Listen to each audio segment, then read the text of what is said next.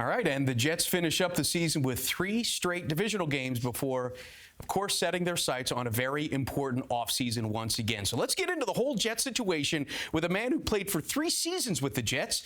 He won a Super Bowl with the Steelers. He went to Hofstra and is a Bronx native, and we welcome him back once again. Doing? Willie Colon, good to see you again, buddy. Good. I'm fine. I appreciate you coming in here and talking with us a little bit about the Jets. And we're going to get to the Jets in a minute, Sure. but I really want to talk to you a little bit about some of the community work you've done, because since your football day or since your final football game, you've really been big in the community, and you actually have an event coming up on December 21st.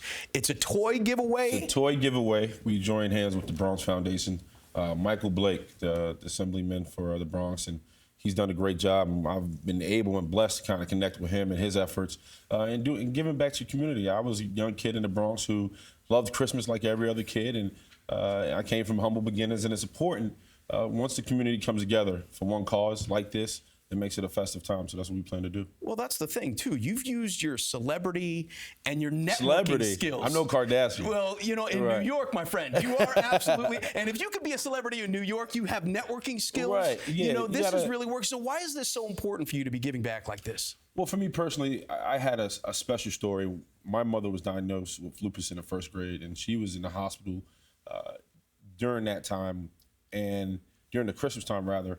And for me, it was a tough situation for me and my family. And I can remember my school, Immaculate Conception, which is on 155th or 51st. They did a great job of rallying presents for me and my brother while my mother was in the hospital. And I remember that Christmas morning we woke up. My mother was able to get out the hospital, and there was presents underneath the tree. Wow. And it was a special moment. And so now that I'm in the position I am, I always try to never forget that if I can impact somebody's life like somebody impacted mine, why not?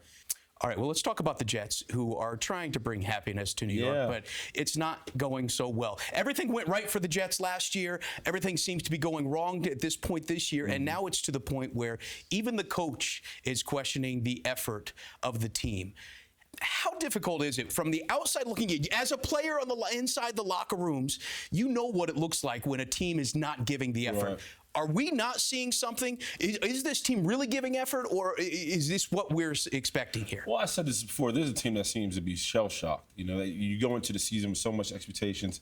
So much was riding on Fitz and this offense to really carry this team into the playoffs. Defense, you know, nobody expected Reeves to kind of have a turbulent start and season at that. There's a lot going on. I think as a Jets fan, if you're looking at the team, you just want to stand behind that.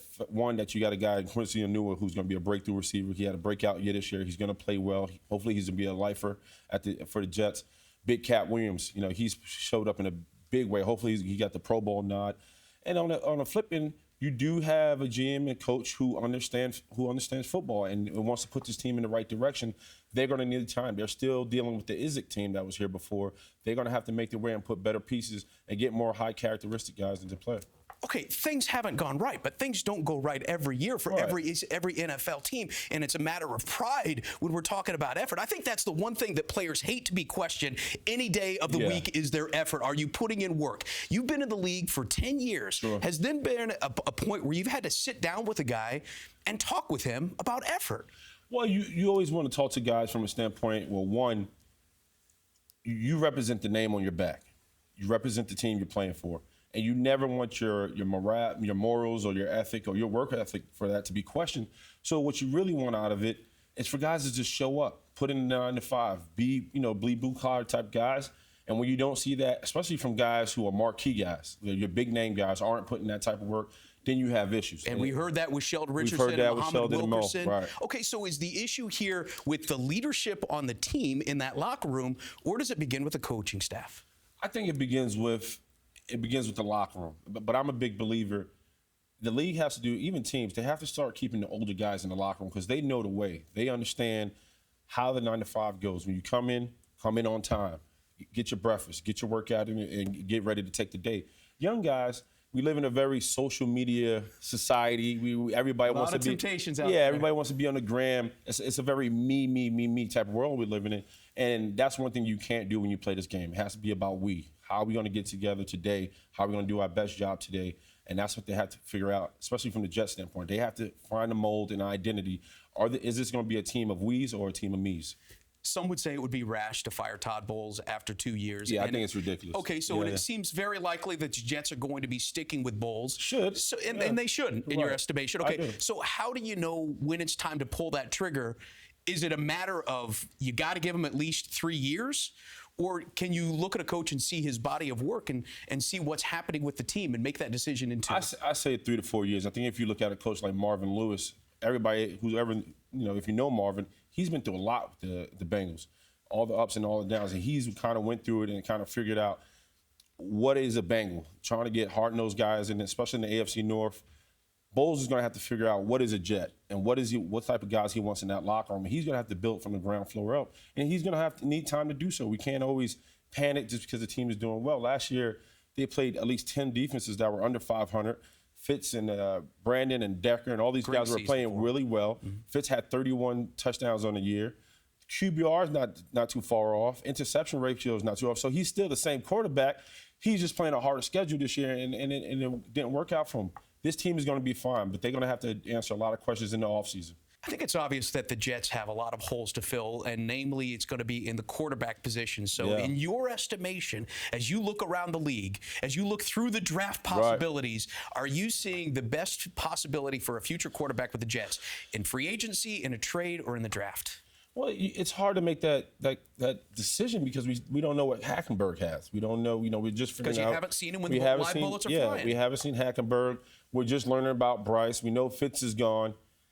And I just don't see anybody in the free agent market that's really, making you go, oh, we need him.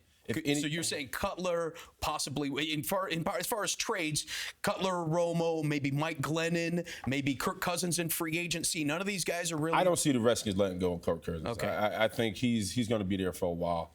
I don't think anybody in New York wants to see Romo walk through the New York Jets door. Cutler? Or Cutler. I think so. If I would love to see a guy like Deshaun Watson give us a shot. He's athletic. He's young.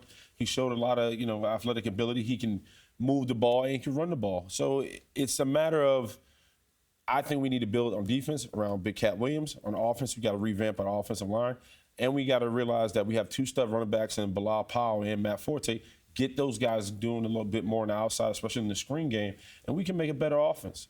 That sounds like a plan. Yeah, you available for coaching too? No, GM? No. I'm trying to be up here with you. Okay, all right. Well, that's fine too. Exactly. And you're also trying to help kids with a toy giveaway on December 21st. What's a website where people can go to find more information? Is it just your Instagram or your Twitter? Follow me on Instagram, Willie Cologne 66. I have more information. We'll be posting it all week and kind of getting things going. Congrats on your success. Thanks for giving back to the community. Willie Cologne, good seeing you again, man. Great seeing you, man. Merry Christmas. Yeah, man. Merry Christmas to you. All right. Stick around. We'll be right back.